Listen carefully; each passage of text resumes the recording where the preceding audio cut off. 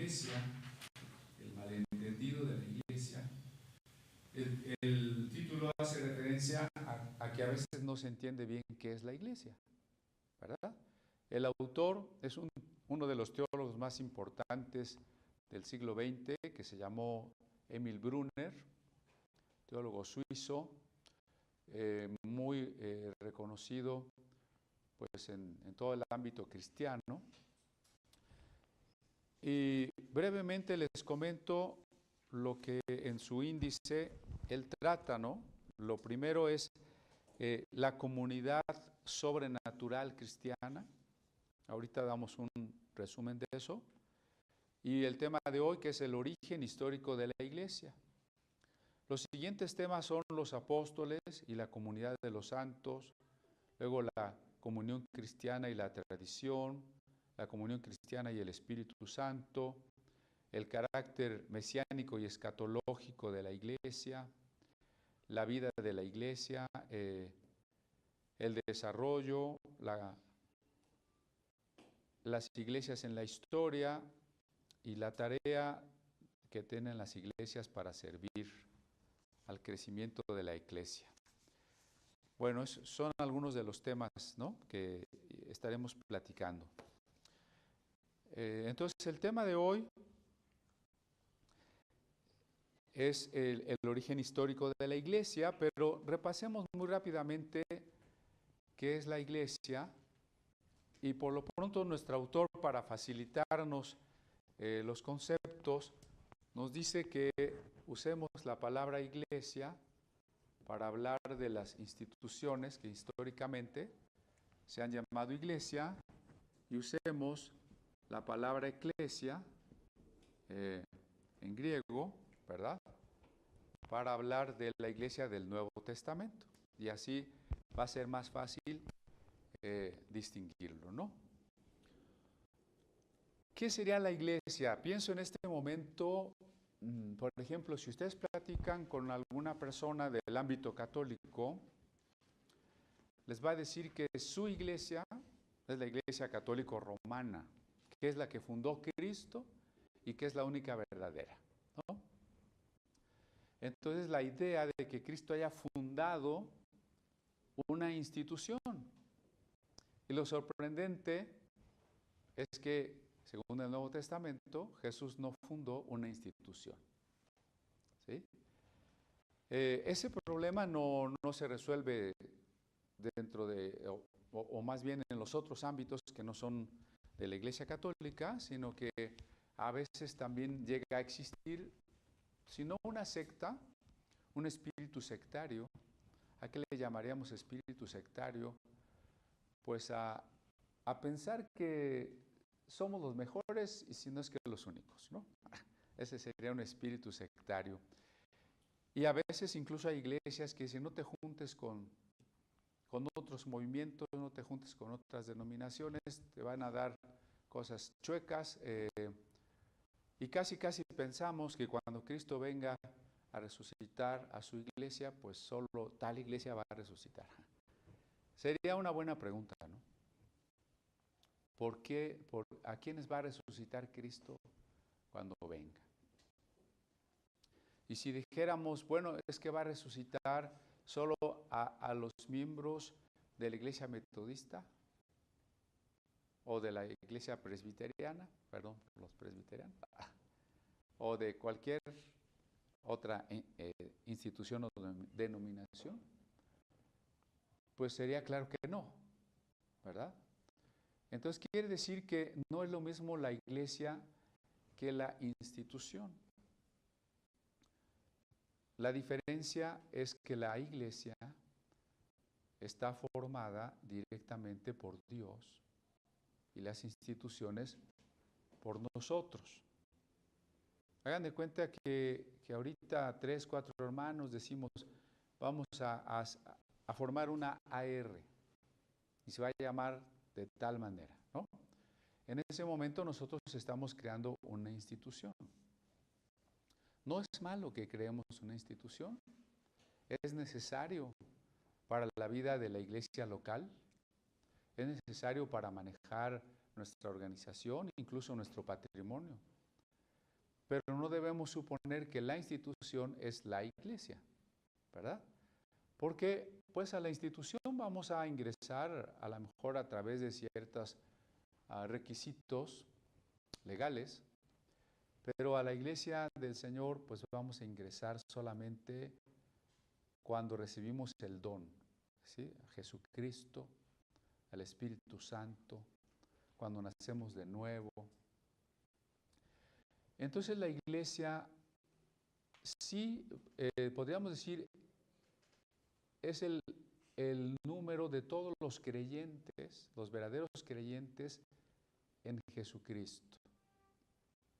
No estamos hablando de un ecumenismo que a veces considera que no importa lo que creas, estemos todos juntos, y eso es lo importante, ¿no? Hay una verdad y un amor que es Jesucristo, y Él es la diferencia, ¿no? Él es el centro de la vida cristiana. Y Él dice, ruego, Padre, que todos sean uno para que el mundo crea. ¿Quiénes debemos ser uno? Pues los que lo hemos reconocido como Señor y Salvador. Y en ese sentido, pues la iglesia es un conjunto muy grande porque implica a todos los creyentes que desde el Pentecostés hasta nuestros días han vivido, ¿no? Muchos ya murieron, bueno, si lo consideramos así, la mayoría, ¿no? Otros tal vez todavía no se convierten, y otros millones que poblamos el mundo, pues no nos conocemos todos, nunca vamos a estar reunidos en un solo lugar hasta el día de la resurrección, ¿verdad? Pero mientras tanto, entonces la iglesia estará integrada por todos los verdaderos creyentes. Pero eso no es suficiente para definir la iglesia, porque no es solamente el número de los elegidos, ¿no? Quizá esto sería una definición más de tipo calvino, ¿no? El número de los elegidos. Es correcto, pero no es suficiente, porque la iglesia no es solo una cantidad. Esa sería una definición cuantitativa. La iglesia, como nos propone la definición Emil Brunner, es la comunión del Cristo vivo, la comunión del Espíritu Santo con los creyentes y por tanto de los creyentes entre sí. Entonces la iglesia es ante todo una comunidad, una comunión, precisamente un cuerpo. Como un cuerpo es algo que está vivo y en la que cada elemento, cada célula está unida a la otra célula, ¿no? Entonces la iglesia de Cristo, por un lado, no es una institución, ninguna de las instituciones, ahorita vuelvo a ese punto, es o incluye a todos los creyentes de cualquier iglesia, pero no es solamente el conjunto de los creyentes, sino es algo más. Porque el cristianismo es la vida de Cristo en nosotros. El cristianismo no es solamente la doctrina, mucho menos los templos, los días que celebramos alguna fiesta espiritual, o no sé, todo lo que puede estar alrededor del cristianismo. Pablo diría, ya no vivo yo, mas Cristo vive en mí. Digamos que el cristianismo es eso, ¿no? Cristo en nosotros. Y por tanto la iglesia es esa vida de Cristo en cada creyente que nos hace mantener la comunión con un Cristo que vive en nosotros por el Espíritu Santo. Y puesto que estamos en comunión con Cristo, y yo estoy en comunión con Cristo, y usted está en comunión con Cristo, estamos en comunión unos con otros. Y somos hijos de Dios. Desde el día en que nacimos de nuevo, somos hijos de Dios y por tanto hermanos. Aunque a veces no nos guste, ¿verdad? Porque así como los hermanos de repente se pelean entre ellos, y aunque dos hermanos no se lleven bien, es un hecho verdadero que son hijos de un mismo papá. Así nosotros a veces, aunque estemos separados, peleados, somos los hijos de Dios. Bueno, entonces, quiere decir que los que están reunidos en una iglesia, puede ser que algunos pertenezcan a la eclesia y otros no. ¿Verdad? Aquella frase de no están todos los que son, ni son todos los que están. Es verdadera, ¿no? Si yo estamos reunidos todos aquí en esta iglesia bautista de esta colonia, por decir algo, ¿no? Quiere decir que habrá unos hermanos que verdaderamente han aceptado a Jesús como un Salvador y Señor. Ellos son parte de la eclesia. Los que ahí se reúnan, aunque sean diáconos o pastores, si no han nacido de nuevo, no son parte de la eclesia, ¿no? Entonces, en ese sentido, la eclesia también es un tanto invisible, porque no puedo yo garantizar que alguien sí es verdaderamente salvo o no. De todas maneras, no nos quedamos solo con la idea de la iglesia invisible, porque también es muy importante reconocernos como comunidad. A veces hay gente que piensa que se puede salvar individualmente, dice, no, yo no necesito ir a la iglesia, yo creo en Dios y ya. Y a veces manejamos también equivocadamente los términos y tú no te fijes en la iglesia cuando vas y hay problemas, tú no vas a ver a los hombres, tú vas a ver a Dios. Eso es falso, porque a Dios lo podemos ver en cualquier parte, ¿no? De hecho, Jesús dice que si te encierras en tu recámara, pues ahí oras, ¿no? Pero a la iglesia vamos a hacer comunidad. Vamos a ayudarnos, vamos a amarnos, vamos a edificarnos. Entonces, sí es cierto que somos iglesia invisible en un sentido, no nos conocemos todos y no podemos garantizar quién es verdaderamente cristiano, pero también es cierto que la iglesia tiene que manifestarse como iglesia local, tiene que manifestarse como comunidad de vida, ¿no? Donde estamos unidos por los vínculos del amor, donde esa vida del Cristo resucitado se va manifestando en nosotros y vamos creciendo, estimulándonos al amor, a las buenas obras, edificándonos a través de los dones, de los ministerios, llevando a los santos a la perfección, a la madurez de la estatura del cuerpo de Cristo, ¿no? Entonces, partamos de esto. La iglesia es ante todo una comunión, ¿verdad? Sin embargo, pues, y lo iremos viendo a lo largo del tema, por aquí alguien nos hizo favor de traer unas galletas. Yo creo que si las pasamos, ¿no? ¿Están de acuerdo? Hermano Salvador, ¿usted las trajo? Sí. ¿Las podemos pasar?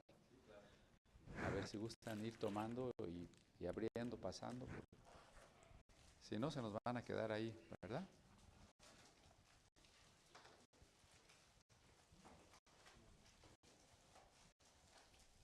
Una de las cosas que vamos a tomar en cuenta es que la iglesia era en su nacimiento,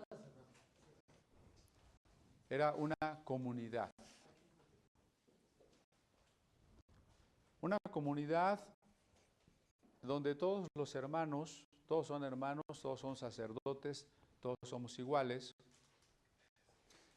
y donde la vida del Espíritu es lo que nos hace iglesia. Sin embargo, esto fue cambiando, se fue convirtiendo la comunidad en una institución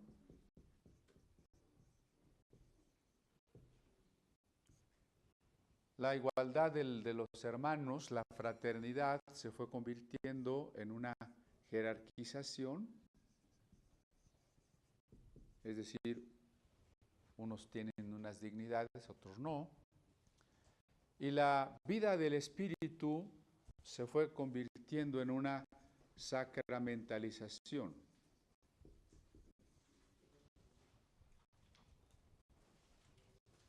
De estas cosas precisamente iremos platicando, ¿no?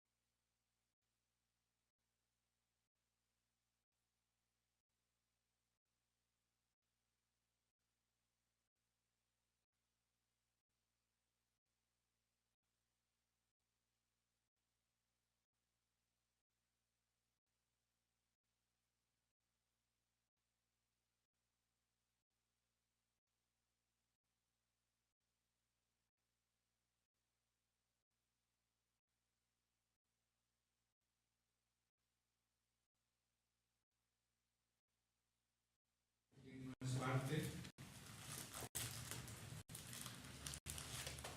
Todo eso va unido porque los que antes decíamos, todos somos iguales, tenemos diferentes dones y ministerios, pero solo para servir, no es porque uno es más que el otro, ¿verdad? Somos iguales. Se va convirtiendo en la idea de que unos tienen ciertos poderes que otros no tienen.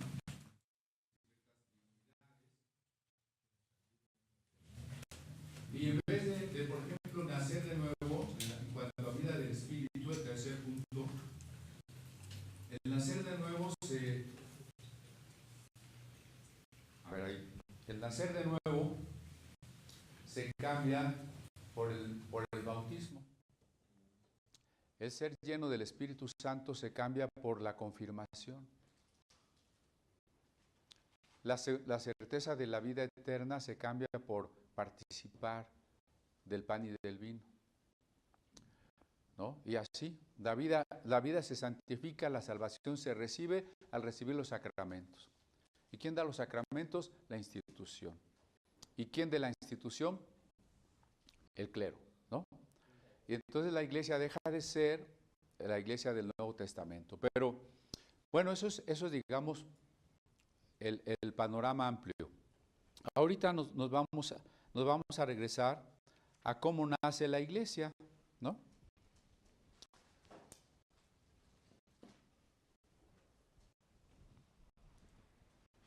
Digamos que la iglesia, para ser coherentes con el término que estábamos usando,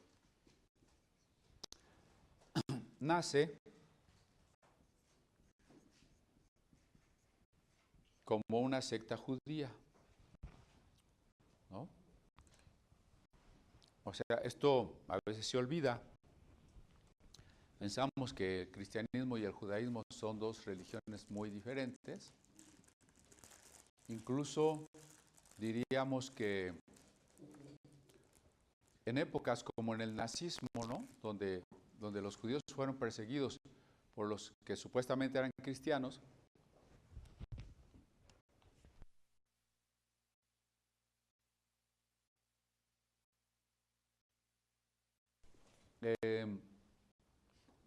¿ustedes creen que los nazis se acordaban que Jesús era judío? Ellos pensaban que Jesús había sido un ario, una raza inventada, ¿no? No existe la raza aria. Jesús había sido un ario de ojos azules, ¿no? ¿Ustedes creen que, por ejemplo, el antisemitismo, que todavía se practica mucho dentro de la Iglesia Católica, se acuerda que María era judía? Su nombre en realidad es Miriam, ¿no? Entonces, olvidamos eso. Quizá en parte porque, muchas gracias, quizá en parte porque las pinturas del Jesús crucificado siempre tienen un taparrabos, ¿no? cuando los romanos en realidad crucificaban desnudo. Y si se hubiera pintado tal cual, pues se hubiera visto la circuncisión. No se hubiera olvidado que Jesús era un judío. Entonces la iglesia cristiana nace dentro de un ambiente judío.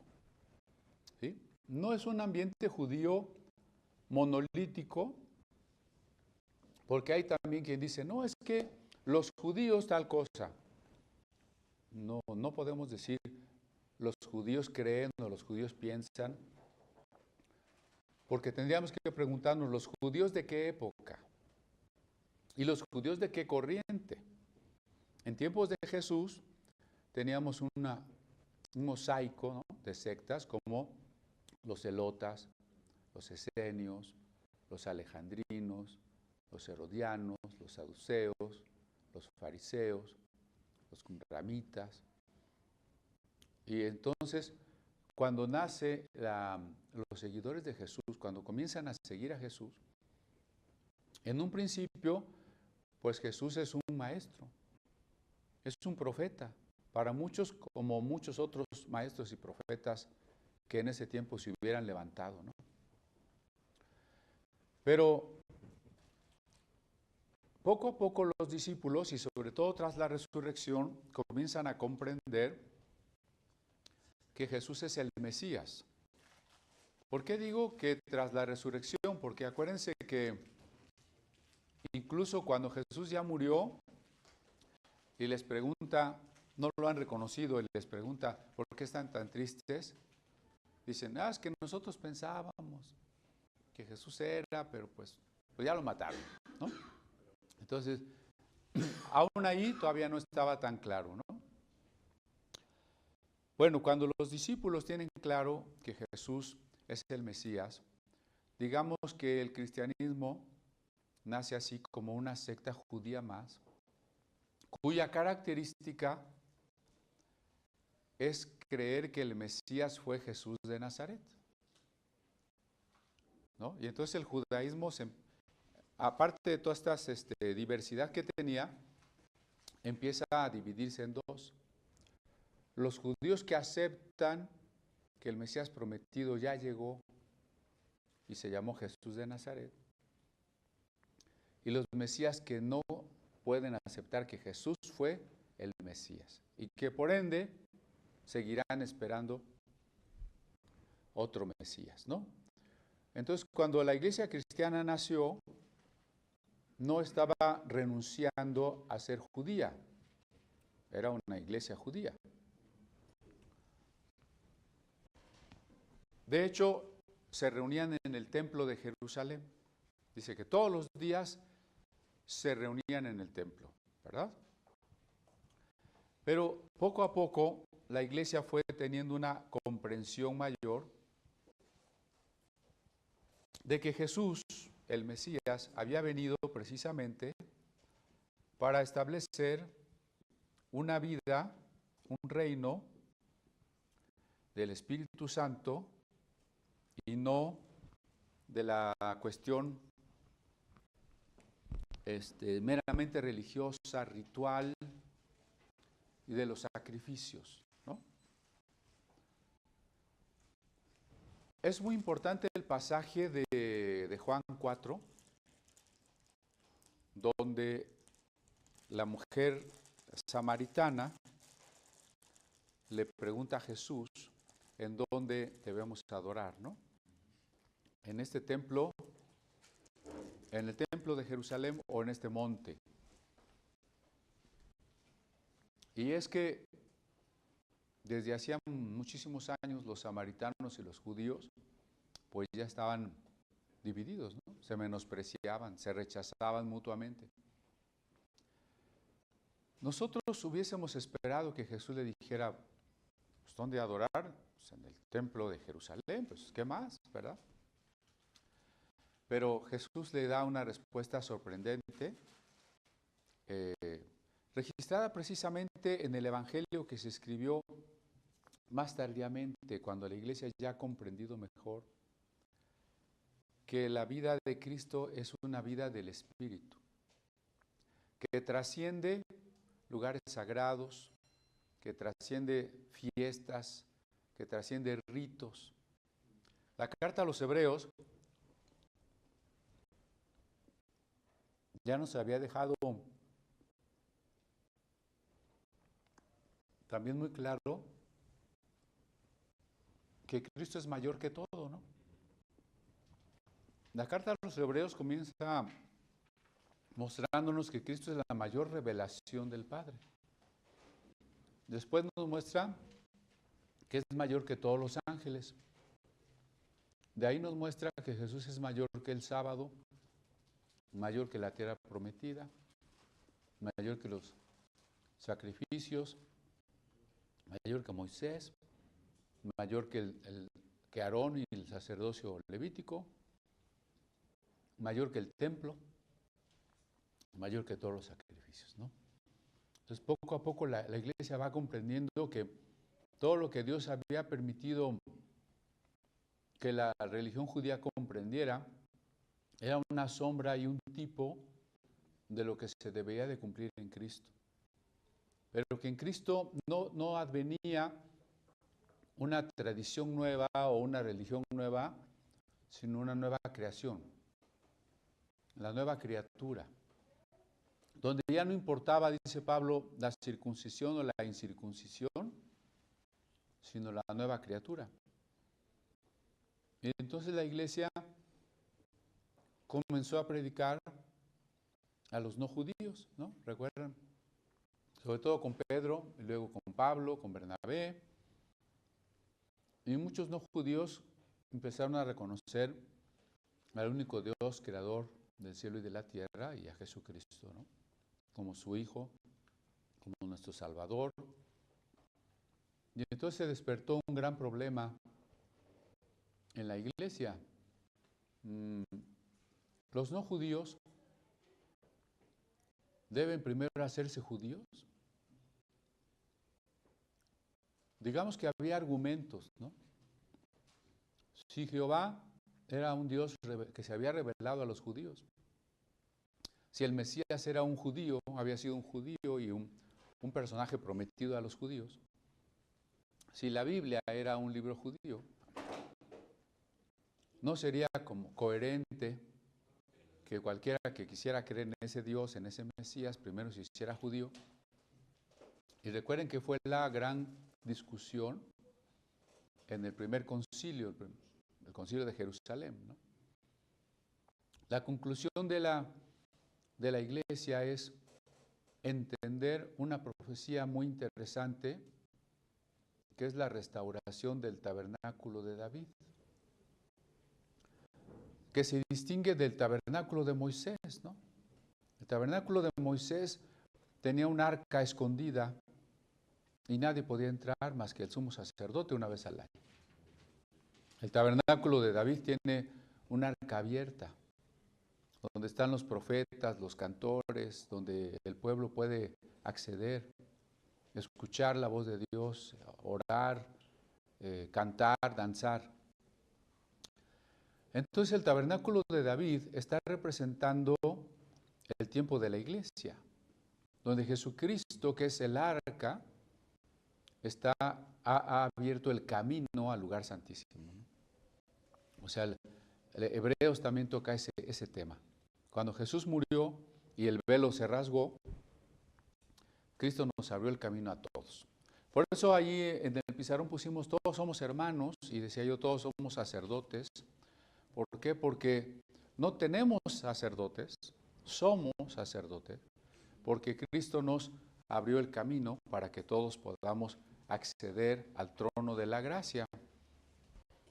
Así que cuando los apóstoles tomaron estas palabras de Amós, cuando Jacobo las pronunció, a la iglesia le quedó claro que en el tabernáculo de David se reunían judíos y gentiles, que Dios expandía su elección a gentes de todos los pueblos, que los verdaderos hijos de Abraham, diría Pablo, los verdaderos hijos de la promesa, son los que han creído en la promesa.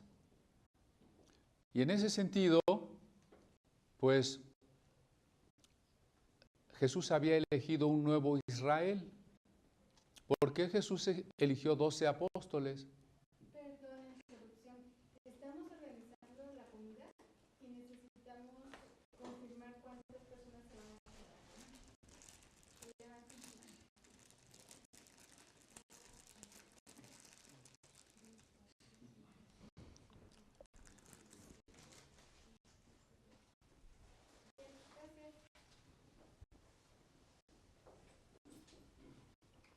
Bueno, Jesús elige y establece 12 apóstoles que representen a las 12 tribus de Israel, ¿no? Pero hacía más de 600 años que 10 de esas tribus ya no existían. Entonces estos 12 están representando a una restauración de un Israel nuevo, un Israel espiritual, ¿no? Entonces, bueno, la iglesia entonces se va a ir poco a poco separando del judaísmo como religión.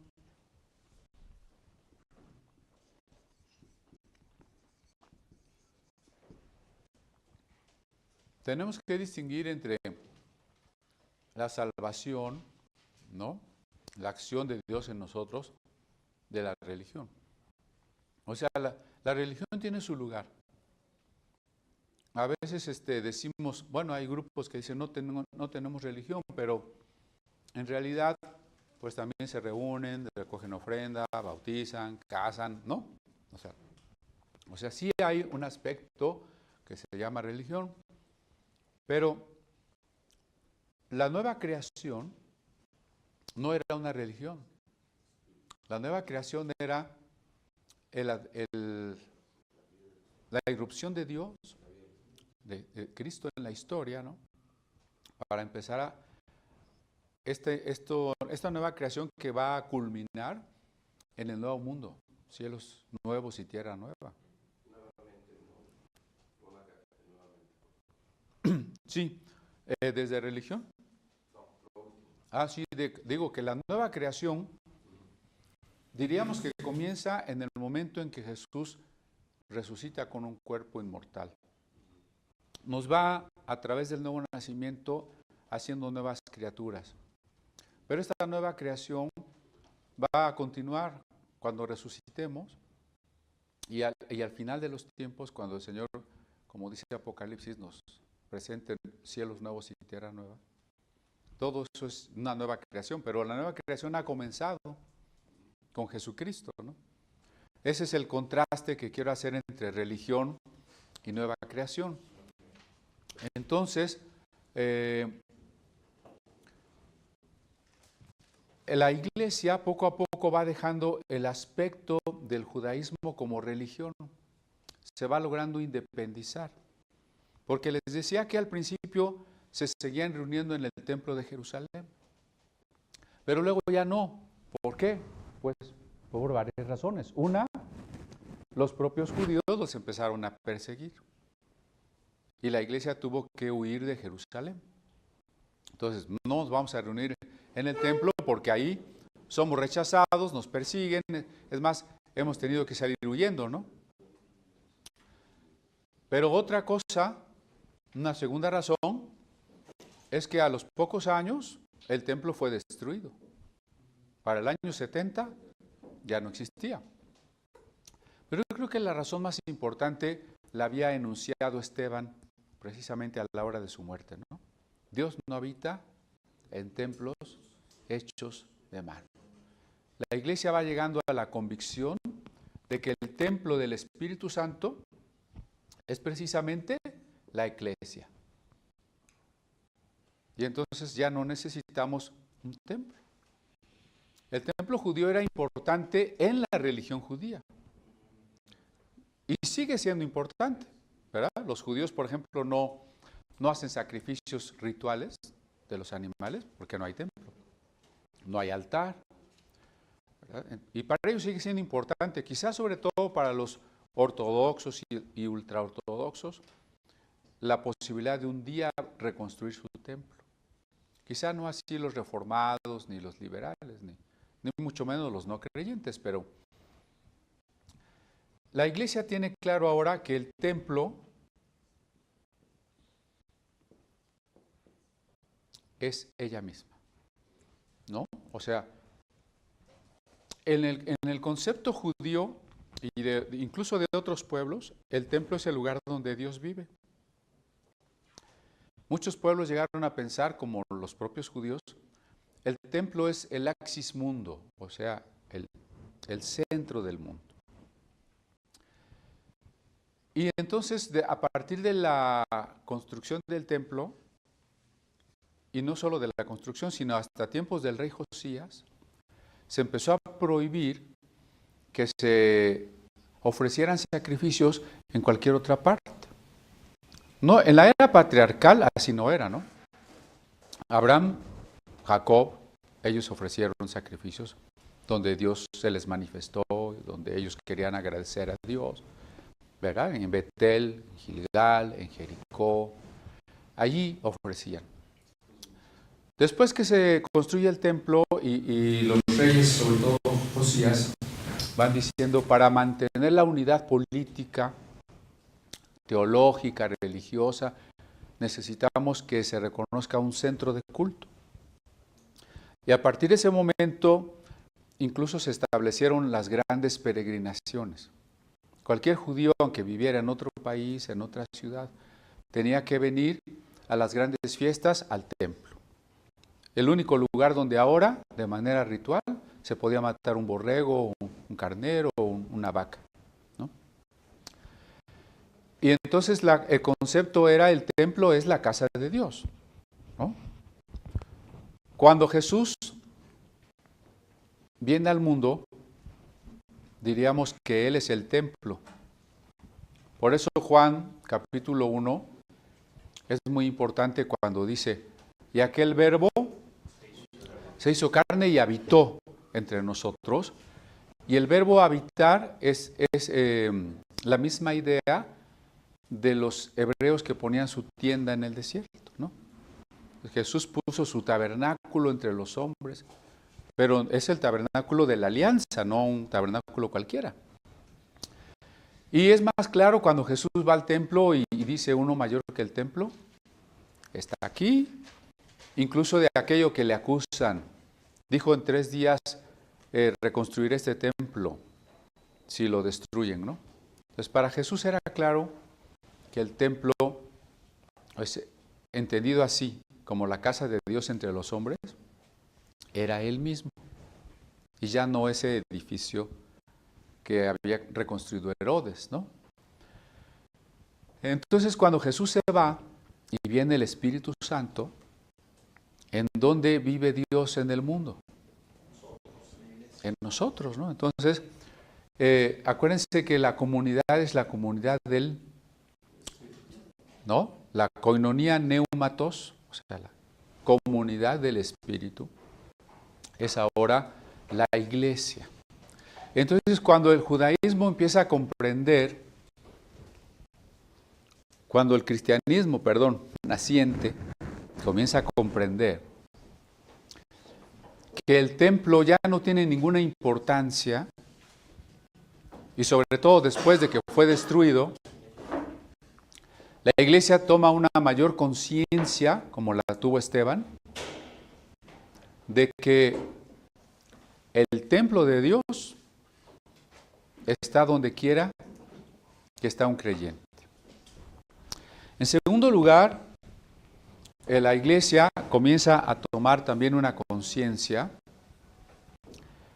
de que si antes, como en el judaísmo, se pertenecía a una nación, la iglesia pertenece a muchas naciones, a todas las naciones, ¿verdad? Y esto ya lo hemos reflejado en algunos de los mandatos que da Jesús. Por ejemplo, en el más antiguo evangelio, que es Marcos, dice, predicar el evangelio a toda. Fíjense que ya no dice como lo hubieran supuesto los judíos más recalcitrantes, ¿no? El reino es para los judíos. Los judíos de la zona de Qumran, donde se ha encontrado toda esa literatura de los rollos del Mar Muerto, pensaban que Dios era un Dios para ese remanente nada más y no le interesaban las naciones. En hebreo, los goim, ¿verdad? Entonces Jesús cuando dice, vayan a toda criatura, está hablando de un evangelio universal. Mateo también es muy específico. Hagan discípulos en todas las naciones. Y Hechos, registrado por Lucas, ¿no? Hasta lo último de la tierra. Entonces, como dentro de la religión judía, se nace judío y se trata de pertenecer a una nación física, terrena. Nosotros no nacemos cristianos físicamente hablando. ¿Qué necesitamos para ser cristianos? Nacer de nuevo, ¿verdad? Y entonces hay cristianos de todos los países. ¿Habrá cristianos mexicanos? Mixtecos, zapotecos, huicholes, ¿verdad? O sea, somos de todas las naciones. Y bueno, Apocalipsis refleja esa verdad muy bien cuando habla de la multitud de toda tribu, pueblo, lengua y nación. Y lo somos ya por un nuevo nacimiento, ¿verdad? De tal manera que la nación judía siempre trató de ser una teocracia. ¿Qué es una teocracia? Pues es una unión entre el Estado y la religión. El tipo de gobierno, las leyes civiles, penales que regían en Israel, eran leyes religiosas, ¿no? Leyes dadas por Dios. Nosotros como cristianos no vivimos en una teocracia, vivimos sujetos a las leyes de nuestros propios países, ¿no? La iglesia en su momento nació sujeta a las leyes del Imperio Romano. Entonces, como cristianos, hablando físicamente, hablando civilmente, en cuanto al Estado, nosotros no buscamos una teocracia. Nos queda claro, como dice Romanos 13, que las autoridades han sido puestas por Dios. Y está hablando de autoridades paganas, ¿no? Lo mismo que la primera carta de Pedro. Aunque los persigan, ustedes sujétense al rey, sujétense a los gobernantes. Entonces, esa es otra diferencia muy importante. La iglesia toma conciencia de que no está buscando un territorio para que todos vivamos juntos.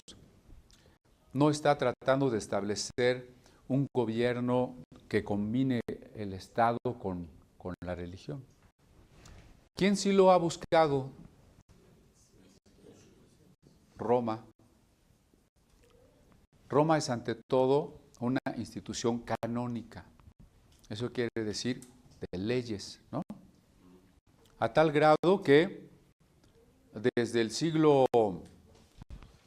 X, cuando menos, con el Papa Gregorio VII, hasta la fecha, todo lo que el Papa decida es canónico, ¿no? Y si no lo decide, no es canónico.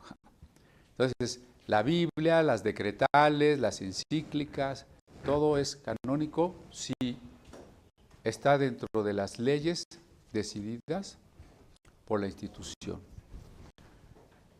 Entonces a nosotros nos queda claro que la iglesia está diseminada entre las naciones y sujeta a esa diversidad y pluralidad de leyes que hay en las naciones, ¿sí?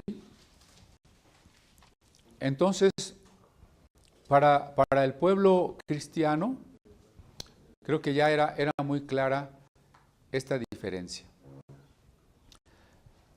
Bueno, a ver, preguntas, comentarios, hermanos. Bueno, sí, aprovechamos para que se sirvan su agüita y...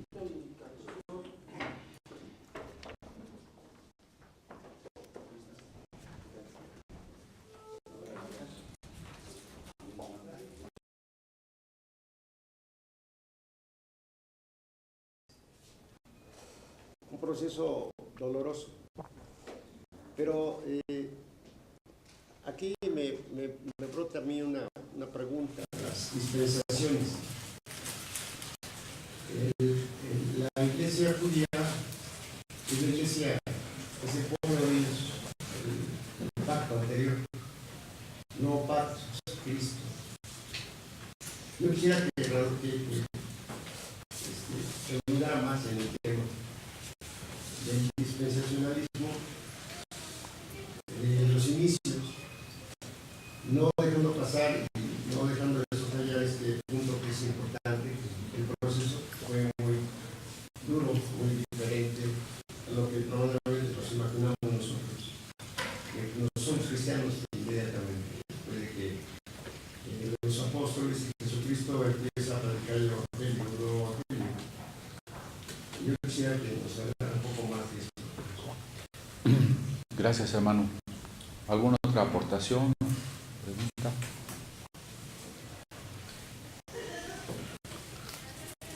¿No? ¿Será que ya se durmieron? Hermano, si le pasan el micrófono ahora.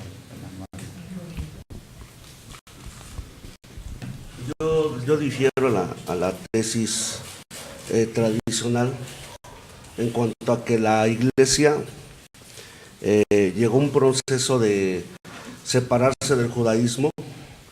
Más bien parece que hay dos iglesias, las de los 12, porque ellos no tenían claro que era efectivamente el reino, y lo vemos en Gálatas. El apóstol Pedro sigue o está judaizando a la gente.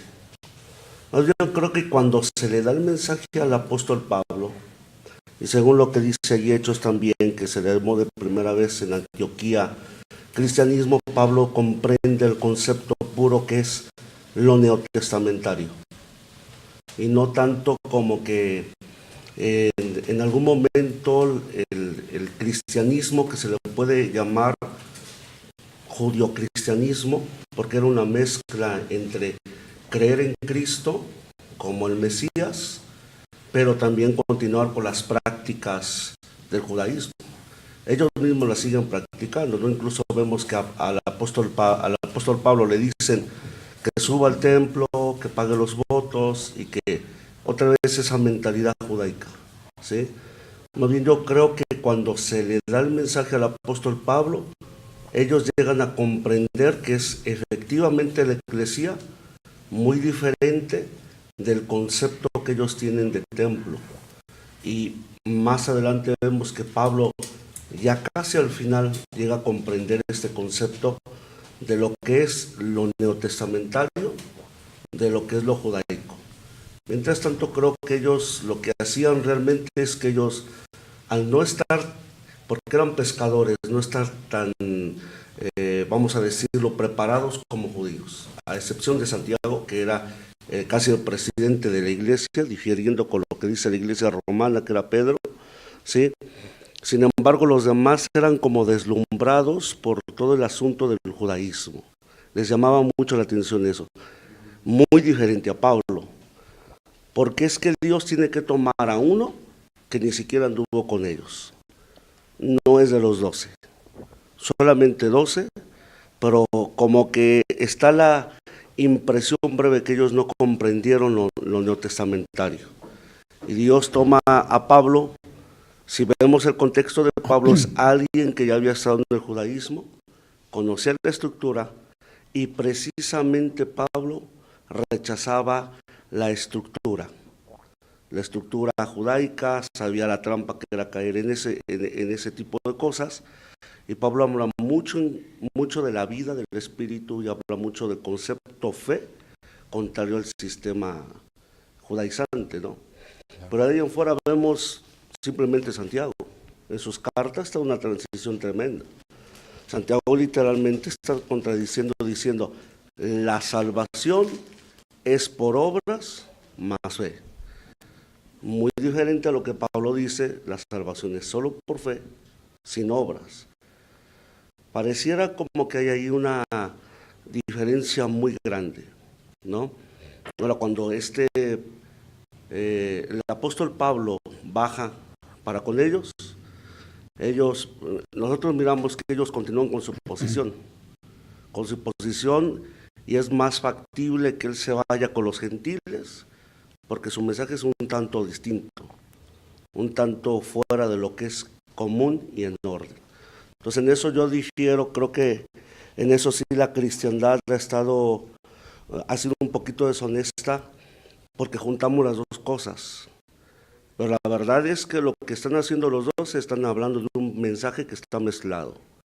Por una parte siguen todo el asunto del judaísmo, y por otra parte tienen que aceptar quién es el Mesías, pero lo que propone el Mesías ahora, revelado según el único que lo expone es Pablo, todo lo que Pablo está hablando, mucho de ellos lo ignoran. Quien realmente pareciera como que lo entendió casi al final fue el apóstol Pedro. Entonces en eso sí yo difiero que sea lo mismo. Yo considero que esta iglesia judía siempre fue judía mezclada, y que la iglesia católica, por eso y con toda razón, tiene tanta fuerza porque es la continuación de las iglesias de Santiago. En cambio, con las iglesias de Pablo se acuñó más el término tanto neotestamentario como del nuevo pacto.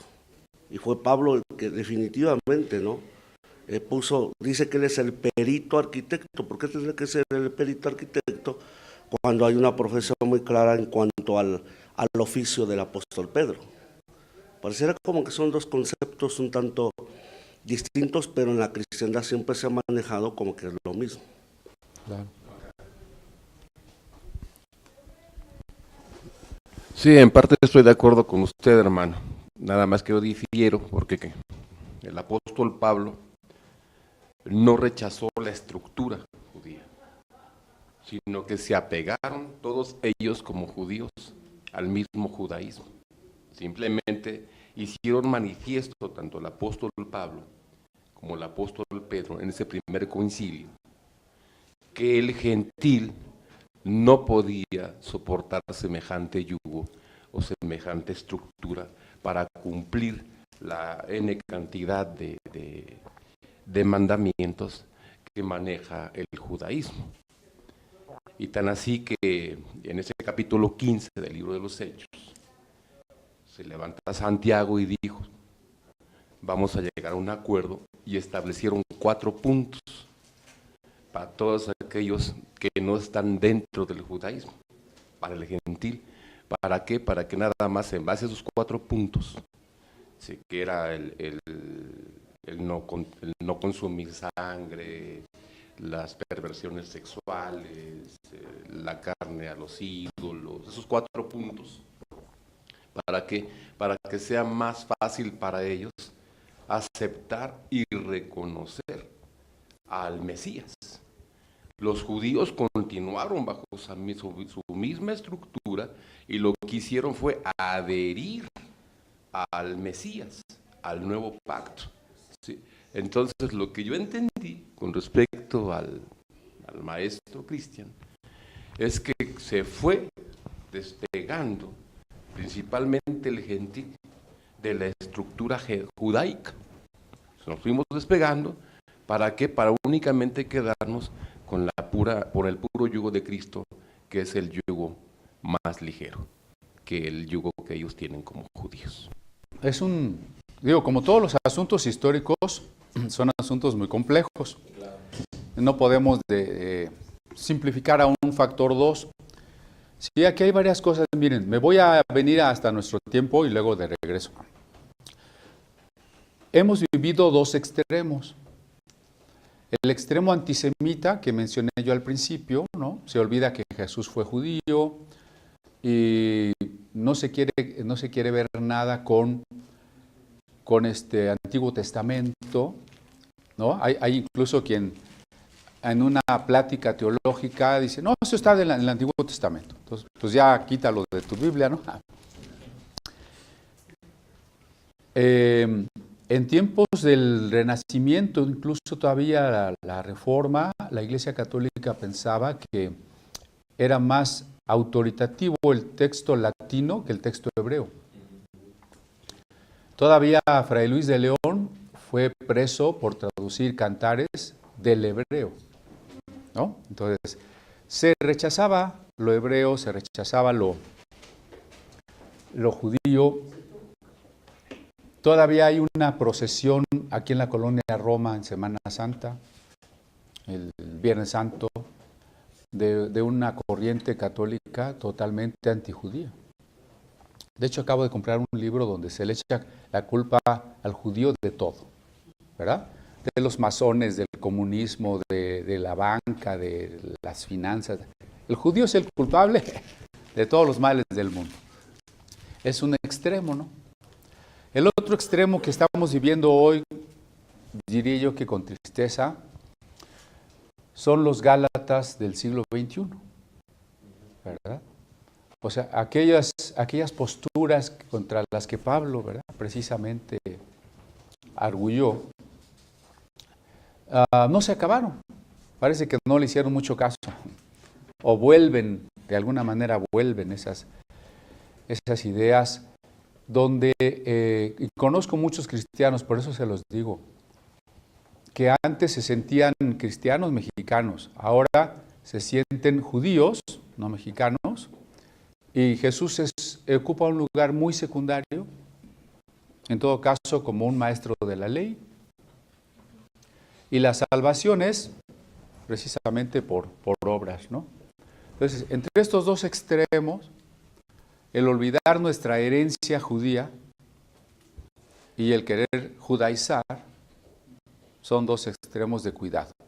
El olvidar nuestra herencia judía nos llevaría a no comprender incluso el Nuevo Testamento, ¿verdad? Porque es entre más comprendamos, pues, cómo pensaba el judío de esa época, podemos entender mejor la Escritura.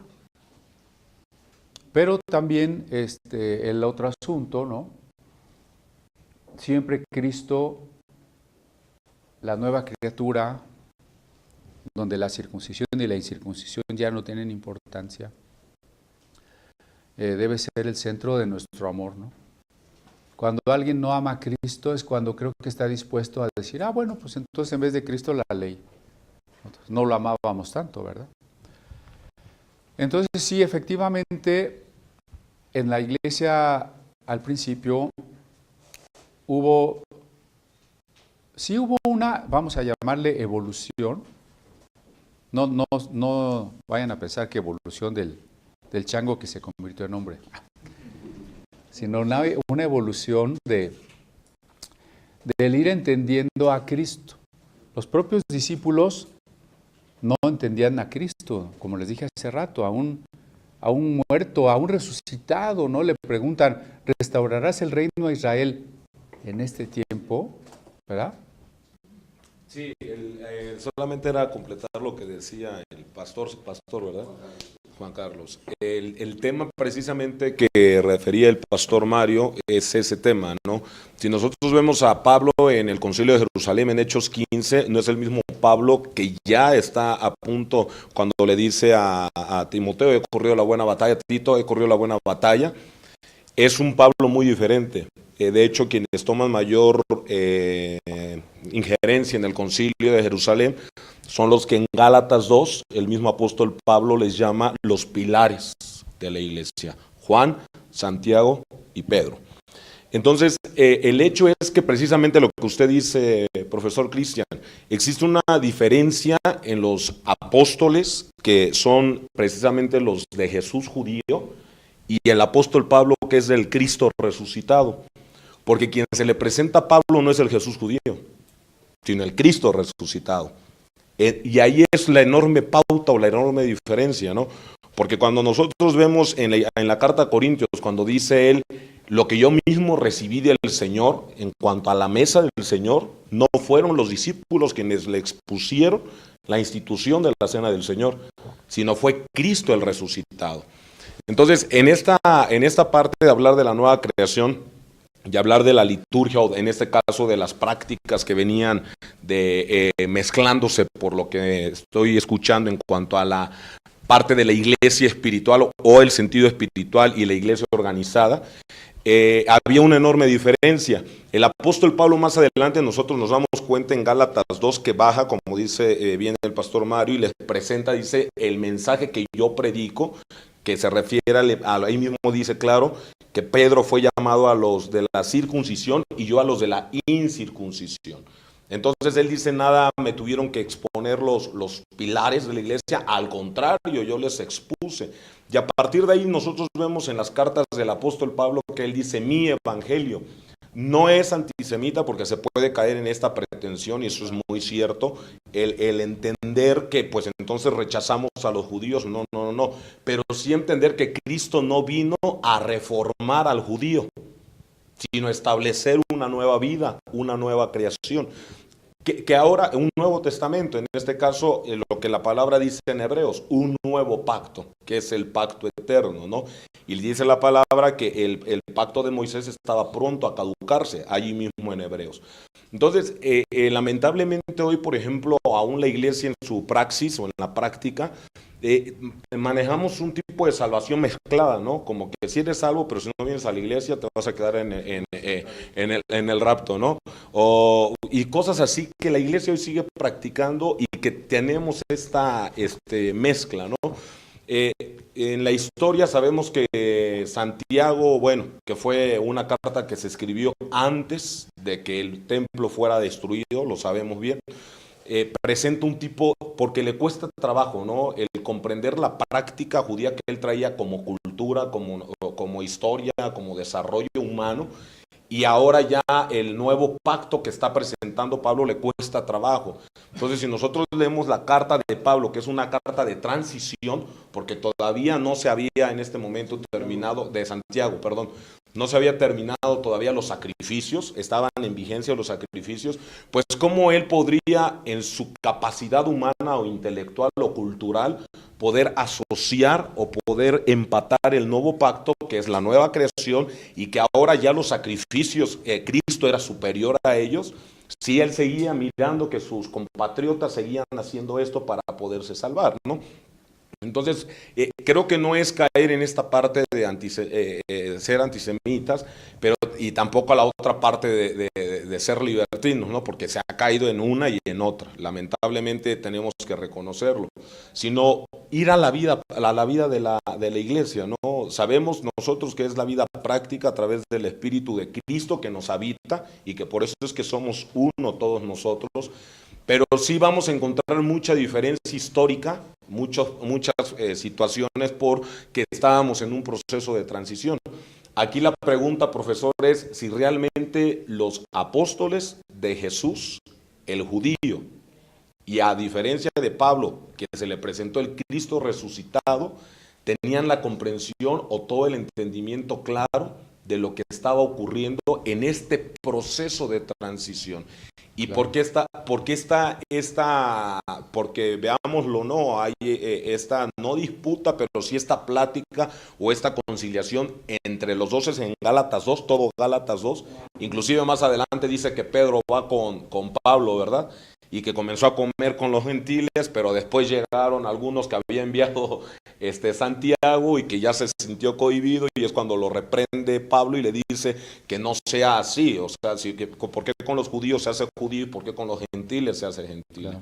Entonces ahí está Empecemos, digamos, por la última parte. La naturaleza de la revelación es progresiva.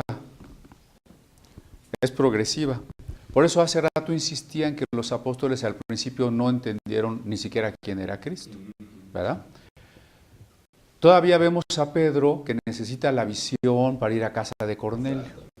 Todavía va a predicar y no se hubiera atrevido a bautizarlos, ni mucho menos a imponerles las manos para que recibieran el Espíritu Santo, y Dios lo tiene que hacer directo, ¿no? Entonces, todo esto nos muestra cómo a través de, no sé, de la casa de Cornelio y Cristo y la ascensión, debe haber casi 20 años. O sea, 20 años después todavía Pedro no tiene clara una salvación universal. ¿no? Entonces, efectivamente, hay una corriente de la circuncisión y una corriente con Pablo y Bernabé de la incircuncisión. Pero, de todas maneras, hay que reconocer algo que podría ser una pregunta clave. ¿Nos salva la ley o nos salva Cristo? Yo diría que los apóstoles de la circuncisión tienen claro que nos salva Cristo. El judaizante no. Esa es la diferencia. Digamos, aunque los apóstoles en su mayoría sigan siendo judíos y viviendo sus costumbres judías, lo cual en sí pues, no sería pecado, ¿verdad? Pero tienen una claridad, quien salva es Cristo. Pedro dice, fuimos comprados con la sangre preciosa de Cristo. Santiago es el que menos habla del Evangelio y una teoría de Oscar Cullmann, otro de los teólogos contemporáneos de Brunner, es que tal vez Santiago era un libro judío del género testamento que fue cristianizado, ¿verdad? Entonces es otra posibilidad. Pero los apóstoles de la circuncisión tenían claro que la salvación es por Cristo. Los judaizantes no. Entonces, en los judaizantes contemporáneos, creo que la pregunta clave sigue siendo la misma. ¿Te salva la ley o te salva Cristo? La mayoría de las respuestas que vamos a recibir, pues es que la ley, ¿no? Que Cristo vino a enseñarnos cómo cumplir la ley, porque nos vamos a salvar por la ley. Entonces, este grupo de la circuncisión sí tuvo gentes muy recalcitrantes.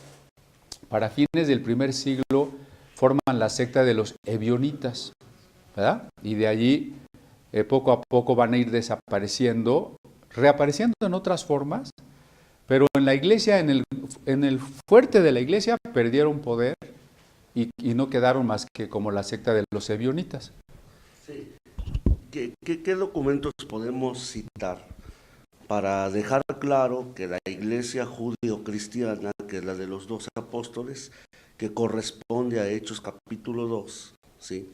¿Qué documentos podemos citar históricamente para demostrar que fue precisamente la evolución del entendimiento o la revelación progresiva, que ellos entendieron que eran una entidad separada del judaísmo como religión? ¿Qué documentos históricos podemos citar para entender esa tesis de que la iglesia judío-cristiana, pues naturalmente que después se tuvo que hacer solo cristiana, ¿no? Porque era una iglesia mezclada. ¿Qué documentos podemos tener para citar esto, para sostener esta? Del siglo I no tenemos más documentos que los que, gracias a Dios, se integraron en el Nuevo Testamento, ¿no? Digamos, los documentos que se conservaron más antiguos formaron el Nuevo Testamento. Obviamente ahí está, pero después del Nuevo Testamento podríamos consultar la Didaje de los apóstoles, ¿verdad? Podríamos consultar a Justino en su diálogo con Trifón, que es un judío, demostrándole cómo el cristianismo es otra cosa. Podríamos consultar a la epístola a los Corintios de Clemente de Roma. Obviamente, bueno, ese no es un documento muy extenso, pero es el credo apostólico, ¿verdad? Las obras de los primeros, obviamente Tertuliano, Ignacio de Antioquía, y aunque nos ha llegado muy poco, casi todo conservado por Eusebio, las citas de Papías, ¿verdad? Serían los documentos ya del segundo siglo, que ya nos reflejan una iglesia que ha comprendido su diferencia del judaísmo, ¿no? No estamos todavía, como los judaizantes arguirían, en tiempos de Constantino, donde la iglesia se pone ya abiertamente en contra de lo judío. No estamos en ese punto, simplemente la iglesia tiene una conciencia clara de su diferencia, ¿no? Ahora, ¿quiénes son los apóstoles o los escritos más tardíos y por tanto con mayor revelación? Serían Juan y Pablo. Digamos, el Evangelio de Juan y el Apocalipsis ya se redactan entre el 90 y el 96, ¿verdad? Y Pablo es antes, pero ellos dos son los que van a llevar el Evangelio a su mayor claridad. Por ejemplo, en el momento en que Jesús resucita, los apóstoles no lo creen y después, aunque lo creen, no tienen el entendimiento cabal de qué significó. Hasta que Pablo viene y redacta, por ejemplo, Corintios 15. Si Cristo no hubiera resucitado, tal. O el Apocalipsis, ¿no? Diciendo, la tierra es una creación material y si Cristo no hubiera resucitado, pues no sería el Cordero que toma el libro y rescata la creación. Es decir, Romanos 8, ¿no? La creación gime y espera su redención. Entonces, Pablo y Juan van teniendo muy claro el significado, las implicaciones de la cruz, las implicaciones de la resurrección. Desgraciadamente, eso también ha sido mal entendido.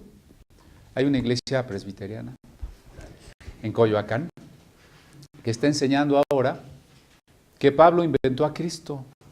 No es nueva la teología liberal, ya lo había dicho, ¿no? Que Pablo inventó a Cristo, que el Cristo es el Cristo de los evangelios y que todo lo demás son ideas paulinas. Por supuesto que eso, para empezar, ignora que las cartas de Pablo son más antiguas que los evangelios y que Lucas era discípulo de Pablo, ¿no? Por ejemplo, estamos pasando por alto eso. Yo creo que lo que el hermano Mario decía es más preciso. Pablo recibe más luz en la revelación, luz que en su momento no tuvo Pedro o no tuvo Felipe. Pablo la recibe y empieza a escribir ya las implicaciones con más claridad de lo que es encarnación, crucifixión, resurrección, ¿verdad? Y junto con él, y ya también, pero a fines del siglo I, Juan, hablando de Logos, del Cristo como el yo soy, y eso es muy importante, ¿no? Entonces, el Nuevo Testamento refleja lo mismo que el Antiguo, una revelación creciente. Que gracias a Dios, pues los más recalcitrantes de la idea de mantener el judaísmo se terminaron en esa secta, ¿no? La iglesia finalmente, al abrirse a la gentilidad, fue plasmando por escrito lo que los apóstoles habían dicho o conservando y copiando lo que habían escrito. Y de esa manera surgió el Nuevo Testamento, que sería la manera de leer las escrituras hebreas. Es decir, como en Cristo está en la ley, los profetas y los salmos, está Cristo, ¿verdad? Los judíos sobrevivió solamente la secta farisea, ¿no? Cierro esta y les doy la palabra. Porque de todas las sectas que les mencioné hace rato, tras la destrucción de Jerusalén, los únicos que llegaron a un acuerdo con el Imperio Romano fueron los fariseos, que establecieron su Sanedrín en Jamnia, ¿verdad? Y de ahí viene hasta la fecha el judaísmo ortodoxo. El judaísmo ortodoxo hizo su Nuevo Testamento, que es la Mishnah, que son todas las leyes que deben cumplirse para cabalmente observar lo que estaba escrito en la ley de Moisés. Entonces, ese judaísmo se cierra a la gentilidad, mientras el judaísmo cristiano se abre a la gentilidad, el judaísmo fariseo se cierra a la gentilidad.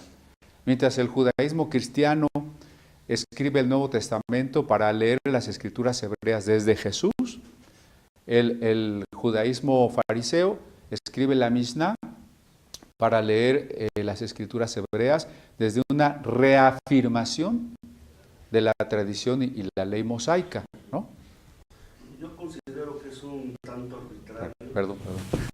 Un tanto arbitrario de la Iglesia Católica. Definitivamente no nos dio el Nuevo Testamento, que es algo que ellos reclaman, ¿sí? Sabemos que cuando menos hay 7 puntos que gobernaron o que son la regla para juntar las cartas del Nuevo Testamento, pero no todos los escritos de los apóstoles están ahí.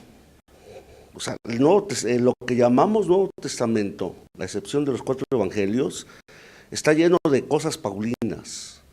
Se salva solamente por Juan, que es el que escribe un poco más, Pedro y Santiago.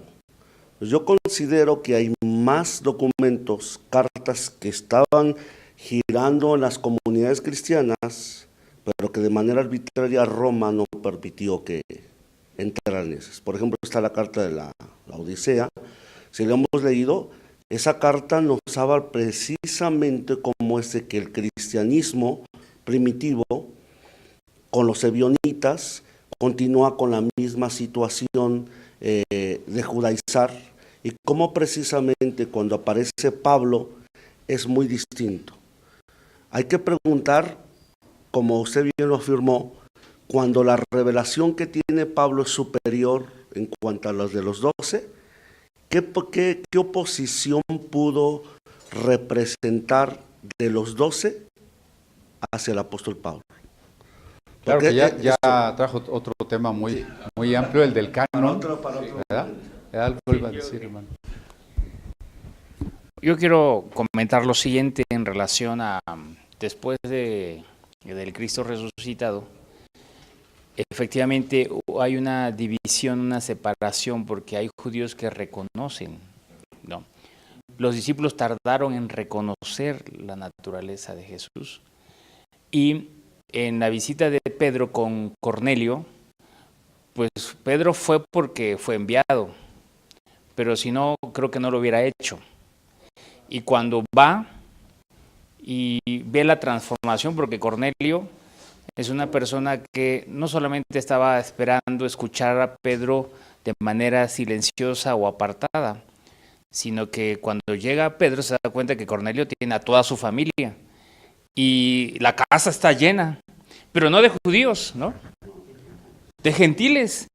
Y Pedro se asombra, ¿no? Porque cuando ve que el Espíritu Santo desciende, él va siendo transformado también en ese proceso. Esto es muy importante porque hoy tenemos ese gran problema en las iglesias y en las diferentes culturas. Ahí hay un problema y hemos hecho a un lado la cultura. Traer el cristianismo a la cultura gentil fue ese problema de transición, porque los judíos cristianos querían enseñar, en cierta forma, los ritos, las formas y las tradiciones como ellos los habían aprendido.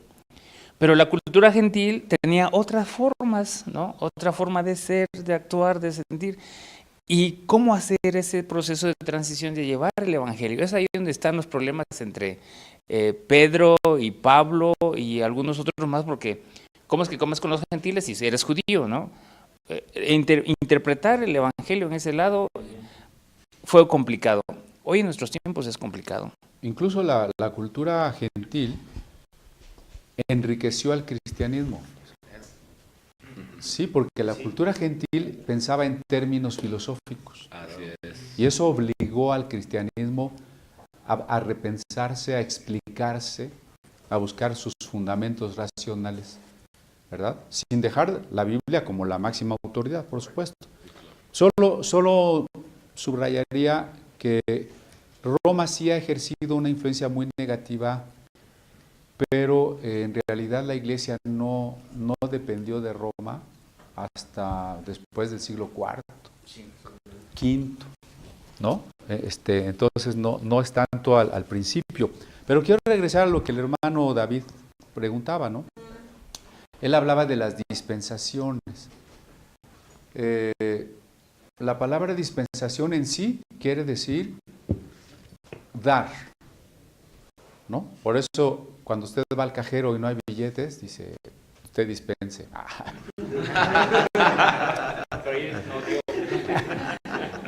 No, es que está en inglés, dice que no puede dar, ¿verdad? Entonces, la doctrina de las dispensaciones es que Dios ha tratado con la humanidad de distintas maneras. Ahora, esta doctrina no necesariamente es muy bíblica. Yo sé, a lo mejor alguien aquí la sostiene o de los hermanos que nos están viendo, pero déjeme decirle que es una doctrina que surge en el siglo XIX. y que se difunde por la Biblia anotada de Scofield. Entonces, no necesariamente es una doctrina antigua, aunque desde la antigüedad este deseo de partir la historia del mundo en etapas ya está en el libro de Jubileos, que es apócrifo, ya está en la obra de San Agustín, ya está incluso en la grande general historia de Alfonso X el Sabio, ¿verdad? Etcétera. O sea, siempre ha habido esta idea de partir el mundo en etapas, ¿no? En el siglo XIII, Joaquín de Fiore, las tres dispensaciones, la del Padre, la del Hijo, la del Espíritu Santo. Yo creo que aquí no se trataría de ver, este era el antiguo pacto, la gente se salvaba por la ley, ahora una raya entró al nuevo pacto. Porque para empezar, nunca nadie se ha salvado por la ley. Si para salvarse por la ley hay que cumplirla toda, ¿quién puede cumplirla toda? Nadie jamás, ¿no? Entonces, siempre ha sido por gracia. Desde que Adán pecó y Dios le dio una promesa, se la está dando por gracia, ¿verdad? La simiente de la mujer herirá a la serpiente. Estás desnudo, aquí te voy a vestir. Es más, te voy a dar una oportunidad de que te arrepientas. Te voy a hacer una pregunta. ¿Dónde estás? ¿Por qué te escondiste? ¿No? Entonces, la gracia de Dios está. La promesa que se le da a Abraham de bendecir a todas las naciones, obviamente en el Mesías, ¿no? Entonces, ¿qué sucede con el nuevo pacto? Que es nuevo en la medida en que es la culminación de todo este trato de Dios con la humanidad. O sea, nuevo en el sentido del diluvio. Cuando Noé sale del arca se encuentra un mundo nuevo, pero es el mismo, ¿no? Entonces, con Cristo llegamos a la plenitud de ese pacto anunciado por Jeremías, pero que se había venido preparando, se había venido revelando, donde cada sacrificio, cada costumbre apuntaba como una sombra. Y entonces cuando Jesús en la última cena les dice, esta es la copa del nuevo pacto, ¿verdad? Lo que está sucediendo es que ahora en esta revelación cada vez más clara, el pacto ha llegado a su plenitud. Porque ahora se entiende cabalmente la gracia en la persona del Mesías. Y por eso es que la iglesia está a punto, ¿no? Unos días más y el Pentecostés está a punto de nacer como la coinonía Christi. O sea, la comunión con Cristo, ¿verdad? La comunión con el Espíritu Santo. Entonces, no es que hay una separación tajante entre lo que pasó antes y lo que pasó después, sino lo que pasó antes era sombra, preparación, y lo que pasó después es culminación, revelación. Por eso yo creo que el Nuevo Testamento le podríamos llamar, sin lugar a dudas, la doctrina de los apóstoles. Cuando Hechos 2 dice que perseveraban en la comunión, en las oraciones y en la doctrina de los apóstoles.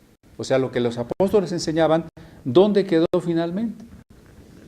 Pues quedó plasmado en lo que llamamos Nuevo Testamento. Entonces los judíos han dividido las escrituras hebreas en tres: la Torá, la ley, los profetas y los escritos.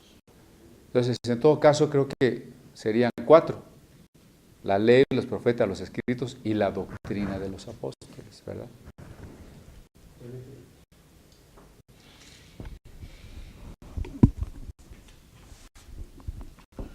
Yo creo que la situación se resuelve en el libro de los Hebreos, cuando en el capítulo 1, verso 1, dice que el Señor ha hablado, ¿no?, de muchas maneras, de muchas formas, de las formas antiguas a través de los profetas, pero hoy su voz es a través del Hijo de nuestro Señor Jesucristo. Y esta realidad es la actual, aunque haya división. Yo me imagino a la Koyolchowski, ese elemento encontrado en el Templo Mayor, despedazado, pero incluido en un círculo. Yo veo a una congregación de creyentes en ese círculo, pero igual que ella, separados, una mano por acá, un pie por acá. Yo creo que la palabra del Señor es la única que puede hacer que eso se vuelva a integrar. Cuando depositamos esa realidad, no en discusión, sino en una fe plena en la palabra de Jesús, que es el que ha venido a hacer la revelación principal, la mayor revelación para el hombre actual en nuestra época. Estos tiempos son difíciles. Nosotros requerimos de la integración y me da gusto que a través de estas discusiones podamos establecer un principio que podamos aprender y de ahí establecer a nuestras comunidades. Yo me voy muy contento porque esto para mí es extraordinario, porque a través de las diferencias que encontramos podemos encontrar una realidad que podemos encontrar en el Evangelio que es Cristo. Quiero rescatar algo de lo que estoy pensando a partir de lo que nos compartió nuestro hermano Mario.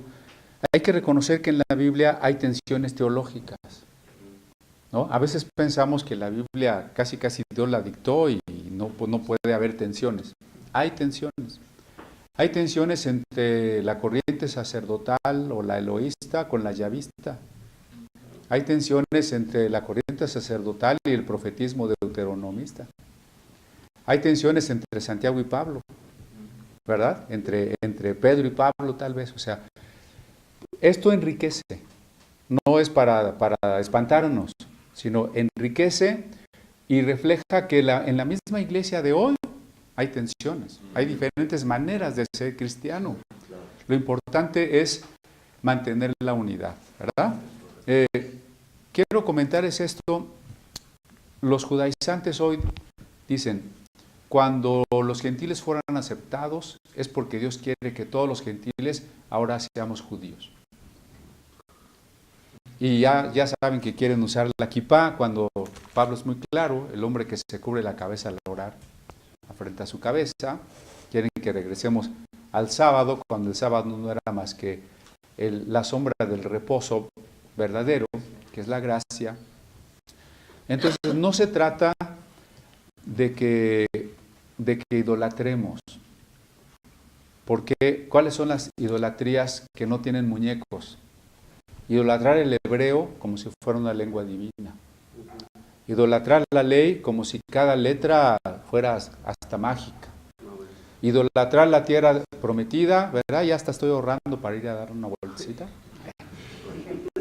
Idolatrar el sábado, idolatrar las costumbres judías así sin más discriminación.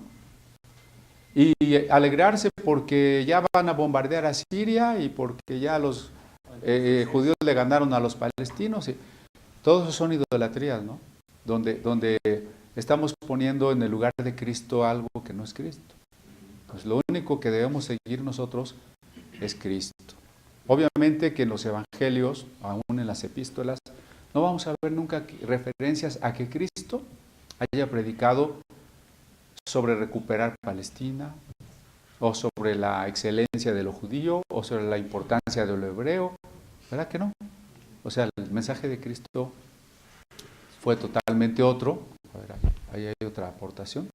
Sí, agregando nada más la cuestión de las tensiones que hay en la Biblia. Y es que en el Hechos capítulo 4, cuando Pedro y Juan van al templo a orar y sanan al cojo, nos menciona que los saduceos, los sacerdotes, los ancianos van y además ponen a Pedro, dice, en medio y le preguntan, ¿en nombre de quién estás haciendo esto? ¿No? Desde ahí hay una tensión religiosa, social, también teológica y política, exactamente. ¿Quién te puso a ti para dar sanidad, no? ¿Y en nombre de quién? Y si vamos a ver, vemos las tensiones, hay momentos de crisis, pero hoy Pedro ya es muy distinto. Hoy no es aquel como aquel que negó, aquel que estaba dudoso. Hoy ya es un Pedro convencido de quien predicaba, ¿no?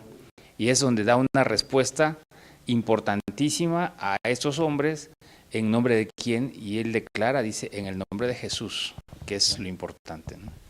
Armando creo que se quedó ahí pendiente, ¿no? Sí. De hecho, más que un comentario, lo que quiero decirles es una invitación.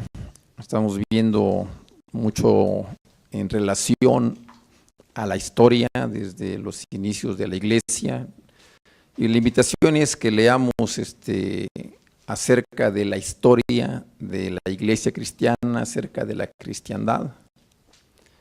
Aquí hay algunos libros de muy buena calidad para este tipo de documentación. Van mucho de la mano, a veces nada más nos enfocamos a la Biblia y pensamos que nada más es la Biblia, pero también la historia nos deja mucho que aprender, nos permite mucho que ir compaginando también, tanto la historia no miente, vamos a retomar esta parte y a compararla con nuestra Biblia y vamos a ir de la mano. Esa es la invitación, hermanos. Sí, pastor.